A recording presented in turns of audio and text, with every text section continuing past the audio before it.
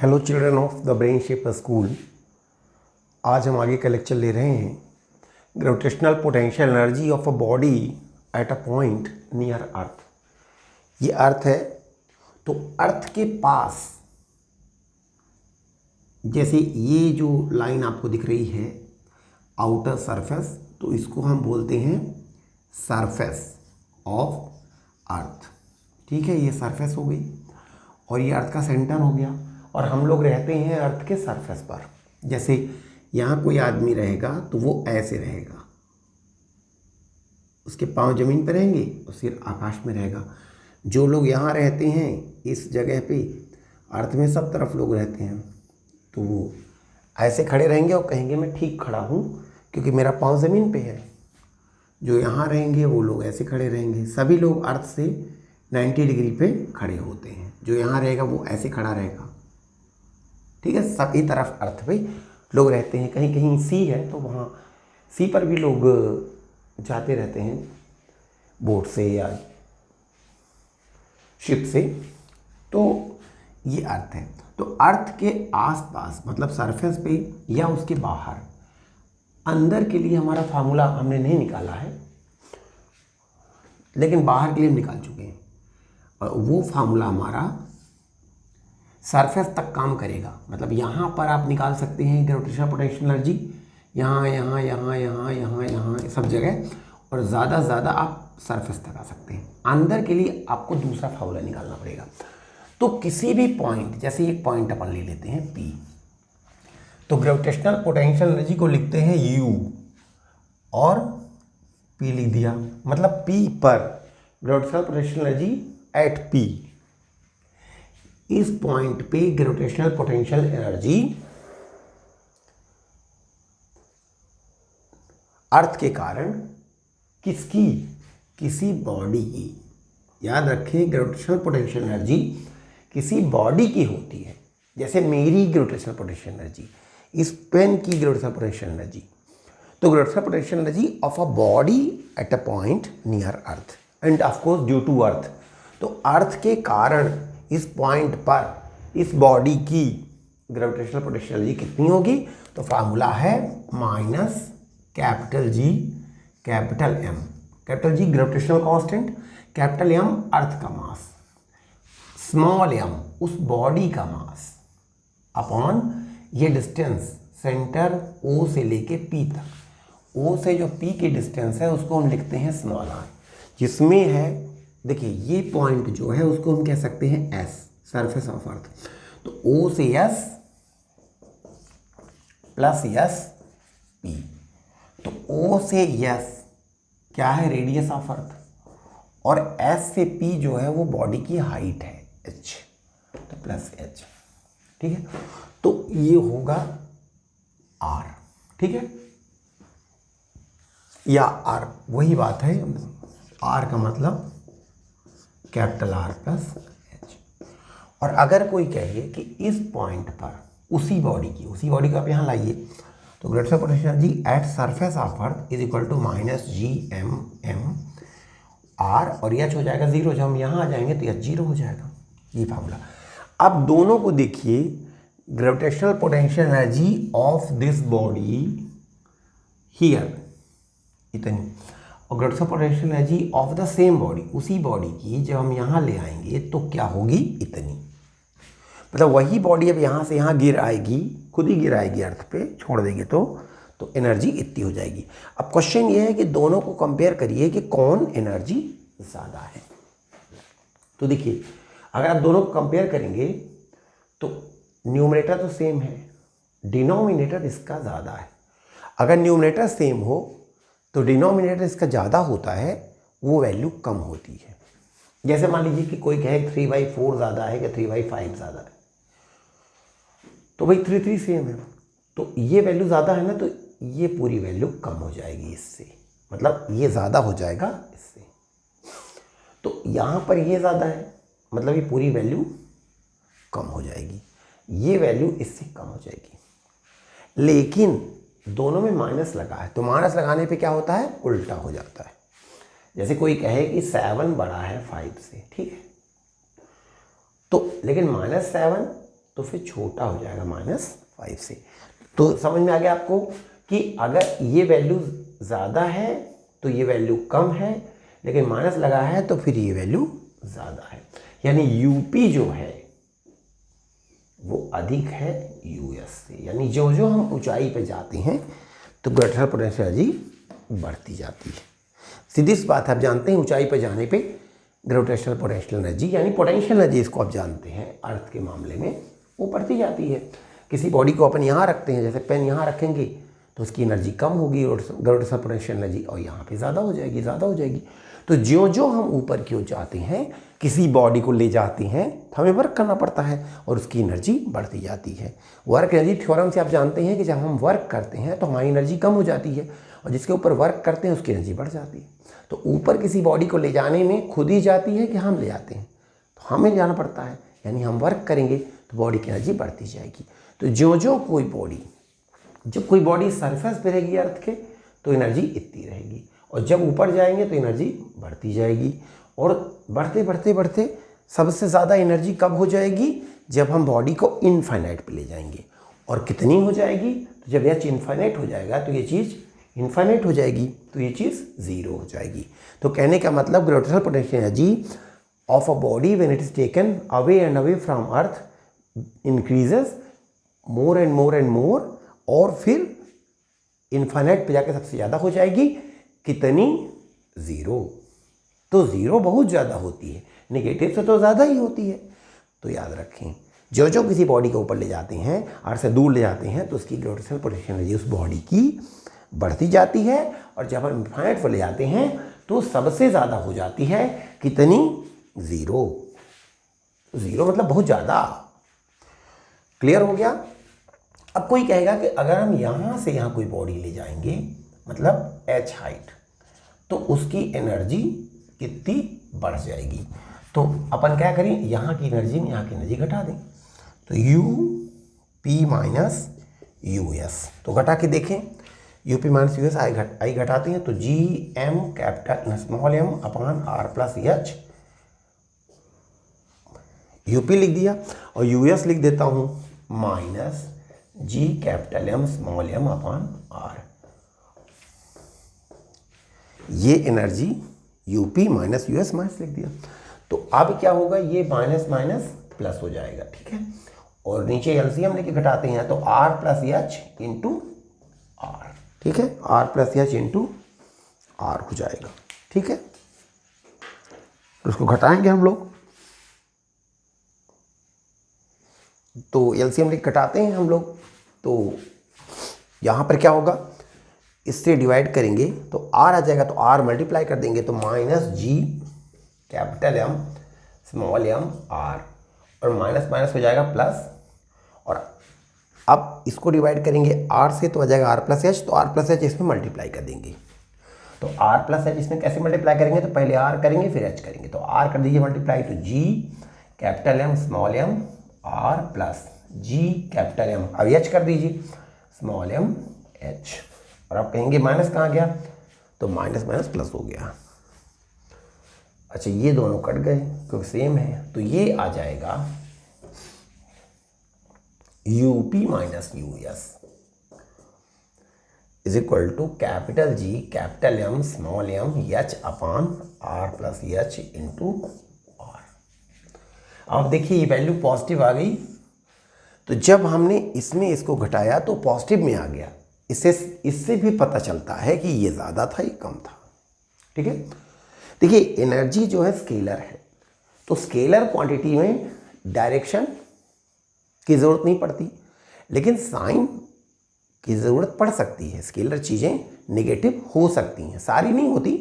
जैसे मास है तो मास नेगेटिव नहीं होता, लेकिन टेम्परेचर नेगेटिव होता है, आपका बैंक बैलेंस नेगेटिव होता है। तो नेगेटिव का मतलब होता है कि एक ज़ीरो लेवल के नीचे। तो अगर कोई वैल्यू स्केलर है वो नेगेटिव है तो उसका मतलब है, जैसे कोई कहे कि भाई ठंडी में यहाँ का टेम्परेचर है 4 डिग्री और शिमला का टेम्परेचर है -15 डिग्री, तो कौन टेम्परेचर कम है। तो अब आप माइनस को नहीं ध्यान देंगे तो भाई 15 तो 4 में तो 4 कम है, लेकिन ऐसा नहीं है, शिमला का टेम्परेचर कम है, यानी माइनस आपको ध्यान देना ही पड़ेगा, यानी -15 + 4 से कम है, यानी शिमला का टेम्परेचर कम है। यानी ये बात टेम्परेचर कंपेरिजन करने में हमें माइनस का ध्यान देना ही पड़ेगा। तो इसी प्रकार से अगर कोई कहे कि फला चीज़ की एनर्जी -4 जूल है, 4 जूल है, और किसी की एनर्जी -15 जूल है, तो सीधी सी बात है कि ये ज़्यादा एनर्जी है और ये कम एनर्जी है, क्योंकि माइनस का ध्यान हमें देना ही पड़ेगा। लेकिन याद रखिए कि अगर वेक्टर यही हो तो वेक्टर में माइनस का ध्यान नहीं देना चाहिए, देना भी चाहिए, नहीं भी देना चाहिए, कंपेयर करने में नहीं देना चाहिए। जैसे कि 4 न्यूटन का फोर्स और -15 न्यूटन का फोर्स, अब कौन फोर्स ज़्यादा है? तो देखिए 15 न्यूटन का फोर्स ज़्यादा है। 4 न्यूटन का फोर्स मान लीजिए इधर को है तो 15 न्यूटन इधर को है, तो ये ज़्यादा फोर्स है, खाली डायरेक्शन का फ़र्क है। जैसे किसी को हमने 4 न्यूटन से थप्पड़ मार दिया और -15 से मार दिया, मतलब इधर से 15 से मार दिया, तो ये तो तगड़ा थप्पड़ ना हो गया। तो कोई कहे कि भाई +4 न्यूटन फोर्स और -15 न्यूटन फोर्स में कौन ज़्यादा है, तो नेचुरली मतलब माइनस को ध्यान नहीं देना है, वहाँ मैग्नीट्यूड किसका ज़्यादा है, ये तगड़ा फोर्स है, ये कम फोर्स। तो याद रखिए वेक्टर में माइनस का मतलब होता है, लेकिन वहाँ माइनस का मतलब डायरेक्शन बताता है। और जब बड़ा छोटा की बात होती है तो कंपैरिजन केवल मैग्नीट्यूड को करना पड़ता है, और स्केलर में अगर माइनस है तो माइनस का केयर करके उसे छोटा मानना पड़ता है, और वेक्टर में माइनस का केयर करना तो पड़ता है, लेकिन उसके कारण मैग्नीट्यूड छोटा नहीं होता। तो अगर स्केलर कोई है और माइनस में है तो माइनस आपको ध्यान देना पड़ेगा। जैसे किसी के पास बैंक में 100 रुपये हैं और दूसरे के पास -1000 है, तो -1000 वाला गरीब है, क्योंकि उसके पास 1000 रुपये का उधारी है, और 100 रुपये के पास कम से कम वाले के पास कम से कम उधारी नहीं है, 100 रुपया है तो ज़्यादा अमीर है। तो 100 रुपये बैंक बैलेंस वाला आदमी अमीर है, -1000 वाला गरीब है, क्योंकि -1000 छोटा होता है 100 से। ठीक है, तो ये देखिए आ गया कि अगर यहाँ से हम किसी बॉडी को उठा के यहाँ ले जाएंगे या यहाँ और यहाँ की बात करें तो ज़्यादा एनर्जी किसकी होगी, इसकी, इसके, इससे कंपैरिजन में कितनी, इतनी। ठीक है, अब यहाँ पर हम देखते हैं कि G एक फार्मूला है कि G(s) = gm/r², acceleration to gravity at earth surface. तो वहाँ से gm हम निकाल लेते हैं, G छोटा से s r²। छोटा इसलिए लिखेंगे कि अगर आप लापरवाही करेंगे, आप यहाँ s लिख देंगे सामने, तो फिर लगेगा कि ये G कोई चीज़ होती है, s कोई दूसरी चीज़ होती है और r तीसरी चीज़ होती है, जबकि ये s अलग नहीं है, Gs मतलब acceleration to gravity at earth surface r²। तो ये वैल्यू हम पुट कर देंगे 1 में, थोड़ा सा समझने लायक फॉर्म बन जाएगा। तो UP - US को हम बोलते हैं डेल्टा U, चेंज इन U, और GM को कह दें G छोटा s r², ये MH अपान r + h r, ये आ गया। अब ये r से कट जाएगा, तो क्या आ गया, GS r MH अपान r + h। ठीक है, तो ये आ गया चेंज इन पोटेंशियल एनर्जी। या ऐसा कहिए कि अगर कोई बॉडी यहाँ से यहाँ ले जाते हैं तो हमें इतना वर्क करना पड़ेगा। तो ये आ गया work done in a body in taking from earth surface to some height h। अगर हमने किसी बॉडी को अर्थ सरफेस से उठा के h ऊंचाई तक पहुंचा दिया तो हमें उसकी एनर्जी बढ़ जाएगी इतनी, और हमें इतना वर्क करना पड़ेगा। ठीक है, अब अगर मान लीजिए हमने ज़्यादा ऊंचाई तक उठा दिया तो या h की वैल्यू काफ़ी ज़्यादा हो गई कि हमने 1000 किलोमीटर उठा दिया, 10,000 किलोमीटर उठा दिया, तो फिर वैल्यू रख के निकालना पड़ेगा। लेकिन एक स्पेशल केस लेते हैं कि अगर हमने जो हाइट है वो काफ़ी कम है r से, r रेडियस ऑफ अर्थ है यानी 6400 किलोमीटर, तो उसके मुकाबले मान लीजिए अपन ने 10 किलोमीटर उठाया किसी बॉडी को। जैसे हम कोई पत्थर उठा के अपने छत पे ले जाएं, तो छत पे ले गए मतलब कितने किलोमीटर ले गए, अरे कुछ किलोमीटर नहीं, 0.00 0.5 किलोमीटर या कहिए 5 मीटर ले गए, तो इतना कम है आर के मुकाबले। तो हम क्या करें कि जो ये आर प्लस एच है उसमें एच को छोड़ दें, यानी एच को 0 मान लें, क्योंकि आर जैसी बड़ी चीज़ में एच जुड़ेगा तो एच बहुत कम होगा, तो उसे छोड़ दीजिए, 0 मान लीजिए। अब आप कहेंगे इस एच को 0 मान लें, नहीं, याद रखिए कोई छोटी वैल्यू जब मल्टीप्लाई करती है, डिवाइड करती है, तो हम उसे 0 नहीं मानते, लेकिन जब कोई छोटी वैल्यू जुड़ती है, ऐड होती है, घटती है, तो हम उसे 0 मानते हैं। बड़ी सीधी सी बात है कि मान लीजिए कि हिसाब लगा कि भाई आपको 1000 रुपये दिए जाएंगे, मान लीजिए। आप कोई कहे कि इंटू 0.1, रुक जाओ, इंटू 0.1 करना पड़ेगा, तो इसका मतलब आपको 100 रुपये दिए जाएंगे। तो अब वहाँ 0.1 को 0 नहीं मान सकते, क्योंकि 0.1 को अगर हम 0 मानेंगे तो आपको तो 0 रुपये मिल जाएंगे। लेकिन अगर कोई आपसे कहे कि आपको 1000 प्लस 0.1 रुपये दिए जाएंगे, तो वो 1000 रुपये और 10 पैसा, तो आप कहेंगे छोड़ दो 10 पैसे को।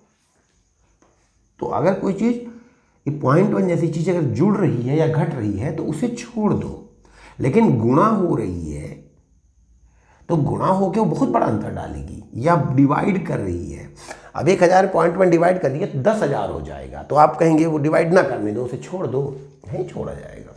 तो कोई छोटी चीज़ जब कहीं ऐड होती है या प्लस सब्ट्रैक्ट होती है तो उसे लगभग 0 माना जा सकता है, लेकिन जब वो मल्टीप्लाई या डिवाइड होती है तो वो जितनी है उतना रखा जाता है, उसे 0 नहीं माना जाता। तो अगर h काफ़ी छोटा है तो h को हम छोड़ देते हैं, यहाँ नहीं छोड़ देते मतलब 0 मान लेते हैं, यहाँ नहीं यहाँ। तो फार्मूला बन जाएगा delta U, change in energy, change in energy आ जाएगी कितना, GS M H R upon R। तो R कट गया तो ये आ गया वही mgh जो आप फार्मूला आज तक जानते रहे कि किसी बॉडी को अर्थ सरफेस से जब कुछ हाइट आप ले जाते हैं तो उसमें जो एनर्जी आती है वो वही mgh आती है, जो वही mgsh, वही फार्मूला आ गया। पर ये फार्मूला तब काम करेगा जब थोड़ी हाइट पे ले जाएगी, इसीलिए कृपया mgh फार्मूला ना इस्तेमाल करें अगर किसी बॉडी को ज़्यादा हाइट पे ले जाएंगे। कोई कहेगा मैं किसी बॉडी को 50 किलोमीटर ऊपर ले जा रहा हूँ तो उसकी एनर्जी क्या होगी, तो आप mgh में काट से h की जगह 50 गुणे 1000 यानी 50,000 मीटर धर के ना निकाल लीजिएगा, गलत बात है, क्योंकि इतना ज़्यादा हाइट है। तो आप फिर आप ये इस फार्मूला से निकालेंगे, जब किसी बॉडी को 1000 किलोमीटर पर ले जा रहे हैं तो एनर्जी कितनी बढ़ जाएगी, इससे फार्मूला से निकालिए। आर रखिए, हाइट रखिए, हाइट रखना यहाँ भी है लेकिन वहाँ पर लगभग 0 मान लिया गया। जिसका बड़ा अच्छा एक क्वेश्चन आता है, अक्सर कॉम्पिटिशन्स में आता है, मैं आपको बताता हूँ, काफ़ी बढ़िया। जैसे मान लीजिए एक क्वेश्चन आपको मिला कि हमने एक पत्थर 20 मीटर पर सेकंड से फेंक दिया तो कितनी हाइट पे जाएगा। अब ये 1 डायमेंशनल मोशन का क्वेश्चन है, लेकिन किसी ने कह दिया कि हमने किसी बॉडी को 2000 मीटर पर सेकंड से फेंक दिया तो वो अब इतनी ऊपर जाएगी कि जहाँ जी की वैल्यू बदल जाएगी, जो जो ऊपर जाएगी तो जी की वैल्यू बदल जाएगी, तो आप फिर 9.8 जो जी की वैल्यू है यहाँ पे स्टैंडर्ड, उसको कैसे मान सकते हैं, तो आपको ये फार्मूला नहीं लगेगा। तो एक क्वेश्चन करते हैं कि a body is throne vertically upwards at 20 meter per second. Find maximum height attained, माने प्राप्त किया गया, maximum height attained। तो ये क्वेश्चन 1 डायमेंशनल मोशन चैप्टर से पूछा जा रहा है। इस साल के जेई में अभी एक एनालिसिस आई थी कि बच्चों ने सबसे ज़्यादा जो दिक्कत महसूस की वो 1 डायमेंशनल मोशन चैप्टर में, मतलब सवाल वगैरह गलत किए। तो आपको ध्यान से उस चैप्टर पढ़ना है। तो सॉल्यूशन लेते हैं।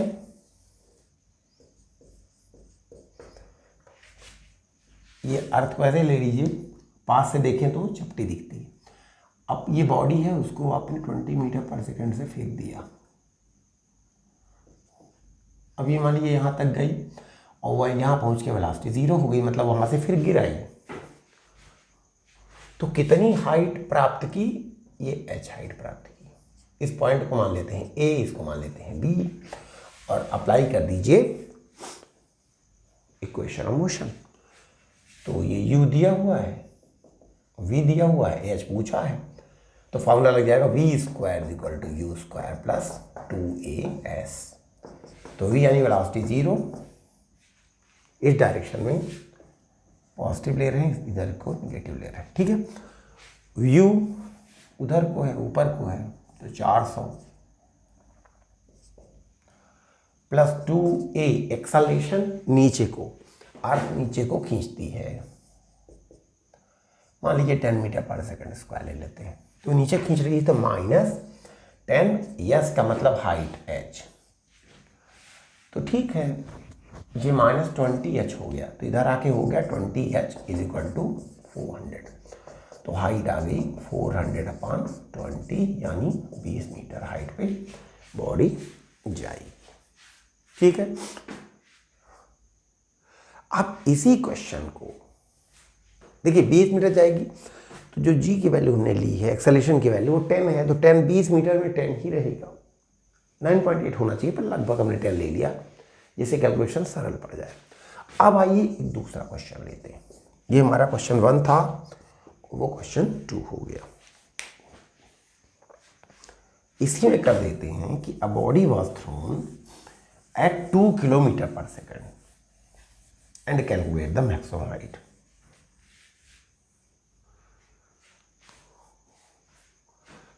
ठीक है, a body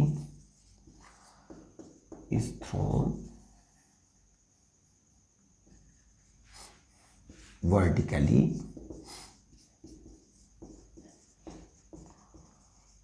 upwards at 2 kilometer per second from Earth's surface.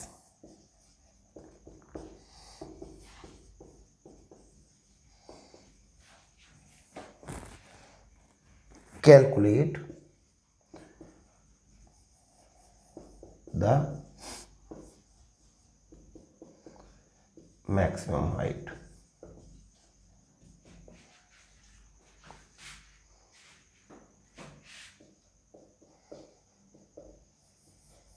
Attained by the body.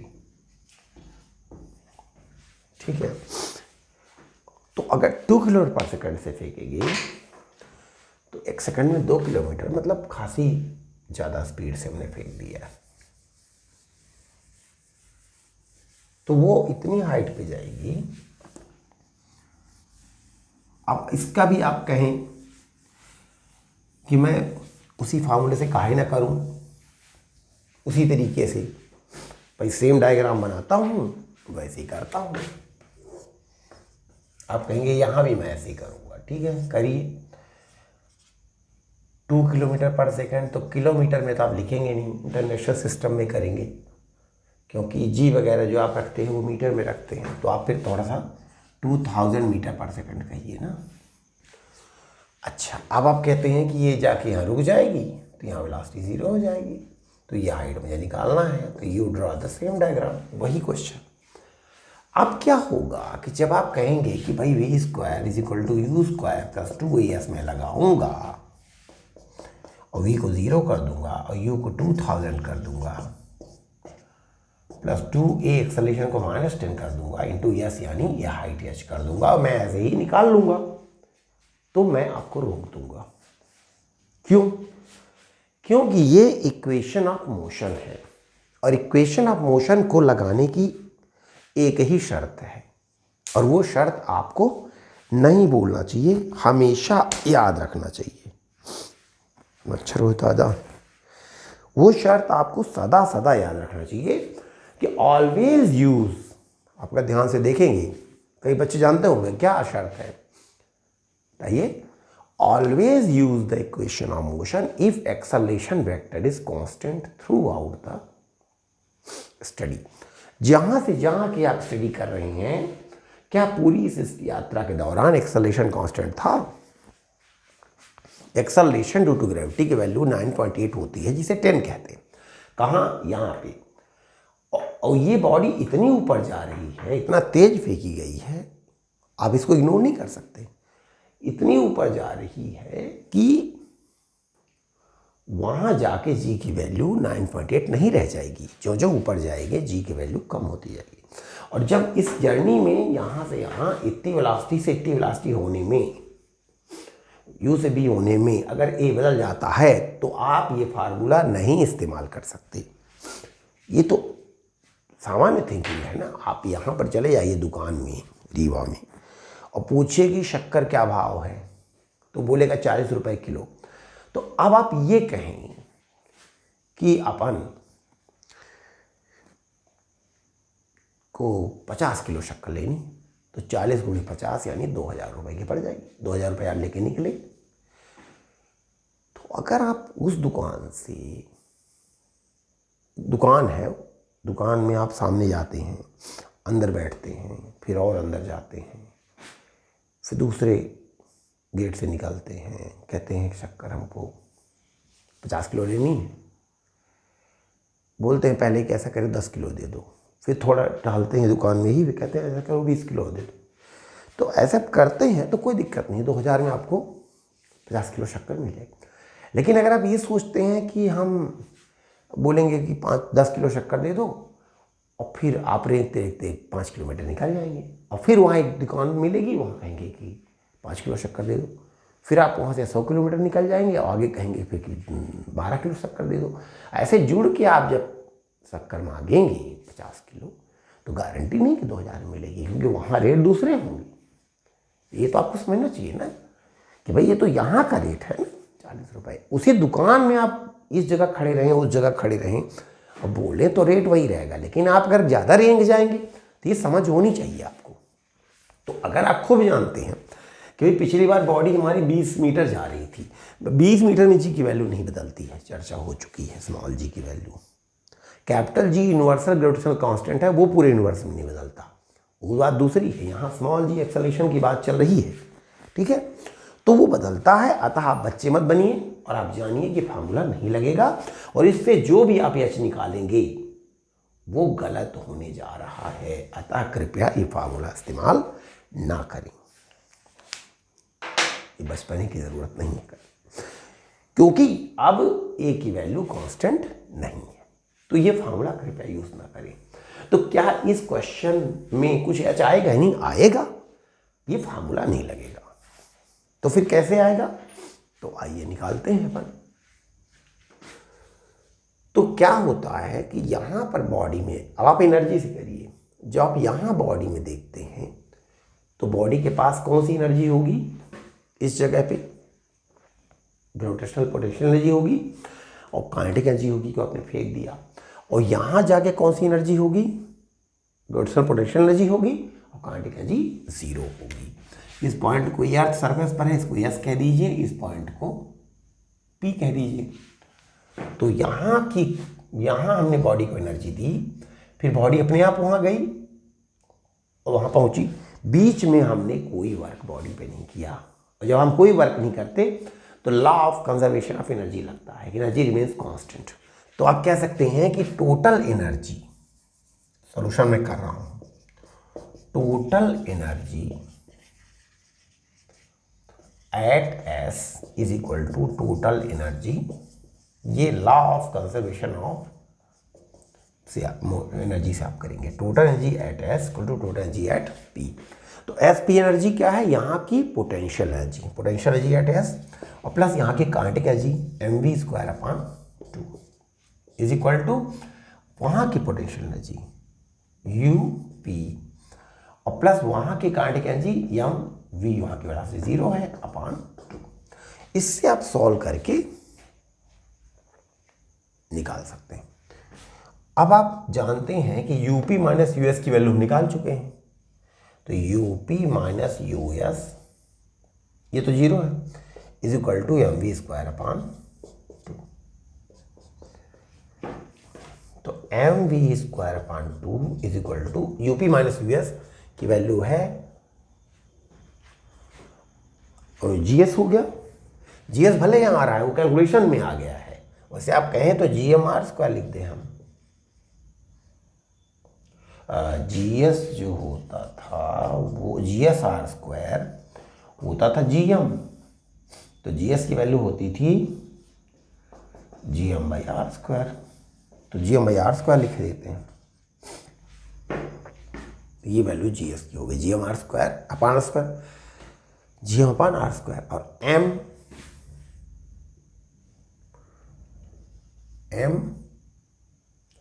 Are H, और नीचे था आर प्लस एच। याद आया फॉर्मूला आपको? G M small M R H upon R plus H, यही फॉर्मूला था। ठीक है, आपको याद होगा। तो अब ये आर एक तो कट जाएगा, एक आर बच जाएगा। यही था ना formula, G capital M small M H upon R into R plus H. तो यहां से अब आप यश निकाल लीजिए। मैंने v की वैल्यू यहां इसलिए नहीं रखी 2000 की, एक मैं चाहता हूं एक फार्मूला ही निकल आए कि अगर तेजी से हम किसी बॉडी को फेंकते हैं तो कितनी हाइट पे जाती है, उसका एक फार्मूला ही आ जाए, जिससे आप कॉम्पिटिशन के क्वेश्चन को डायरेक्ट कर सकें।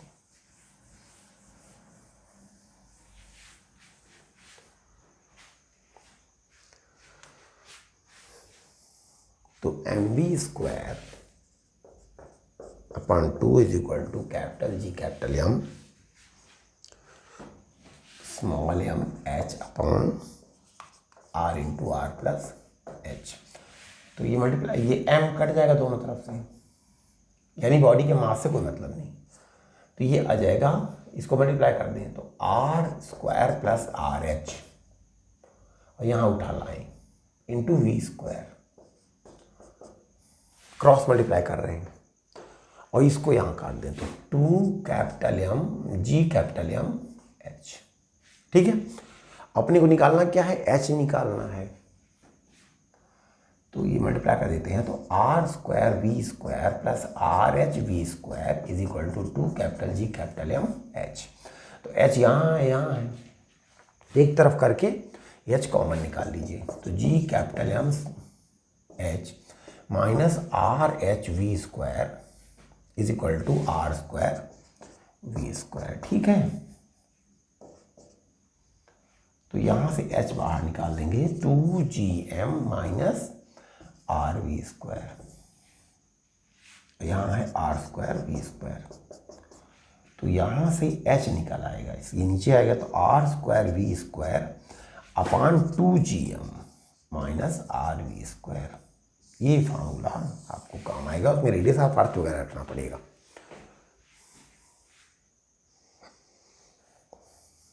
ठीक है, तो इस तरह से हाइट निकलेगा। यहीं पर अगर कम वेलोसिटी से फेंकेंगे,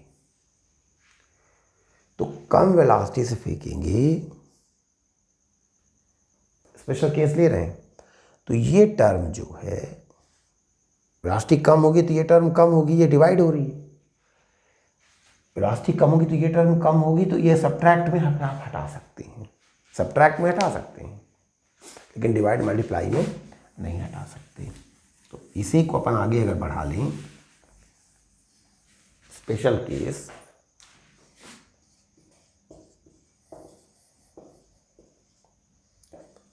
अगर v इज 2 लेस तो ओमिट छोड़ दीजिए आर वी स्क्वायर, तो h आ जाएगा R square V square upon 2gm, और gm आप जानते हैं होता है जीएस आर स्क्वायर, तो वो यहाँ हो जाएगा जीएस आर स्क्वायर, तो आर स्क्वायर कट जाएगा, तो वी स्क्वायर अपान 2gs। और आप जानते हैं कि किसी बॉडी को भी वेलोसिटी से फेंका जाए तो we square upon 2g height तक जाती है, ये फार्मूला है।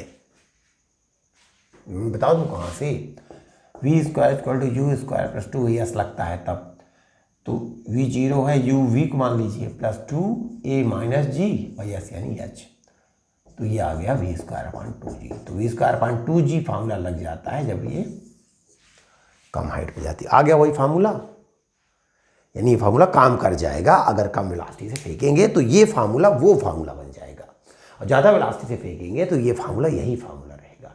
तो ये फार्मूला हर वेलोसिटी के लिए है। किसी वेलोसिटी बॉडी का फेंकिए तो आप हमेशा ये फार्मूला लगाइए, स्पेशली ज़्यादा वेलोसिटी से फेंक, जब आप कम वेलोसिटी से फेंकेंगे तो ये फार्मूला ऑटोमेटिक वो वाला फार्मूला बन जाएगा। इसी में आप 20 मीटर पर सेकंड रख देंगे तो वो फार्मूले का रिजल्ट मैच कर जाएगा, और उसी में 2000 किलोमीटर पर सेकंड रख देंगे, मीटर पर सेकंड रख देंगे तो इसका फिर अलग फार्मूला आ जाएगा, वो उससे मैच नहीं करेगा। तो ये है एक्चुअल फार्मूला जो ऑल केसेस के लिए, ये सब केसेस पे काम करेगा। ठीक, तो यहां पर हम एक प्रॉम्प्ट क्वेश्चन लेते हैं कि हमने यहाँ आज कितने न्यूमेरिकल प्रॉब्लम्स आज आपको घर पे करने के लिए दिया। तो ऑप्शन 1 1, 2 2, 3 3, 4 नन ऑफ दिस, घर के लिए कितने आपको सवाल दिया है। तो thank you very much for watching. Video देखते रहिए और लाभ प्राप्त करते रहिए।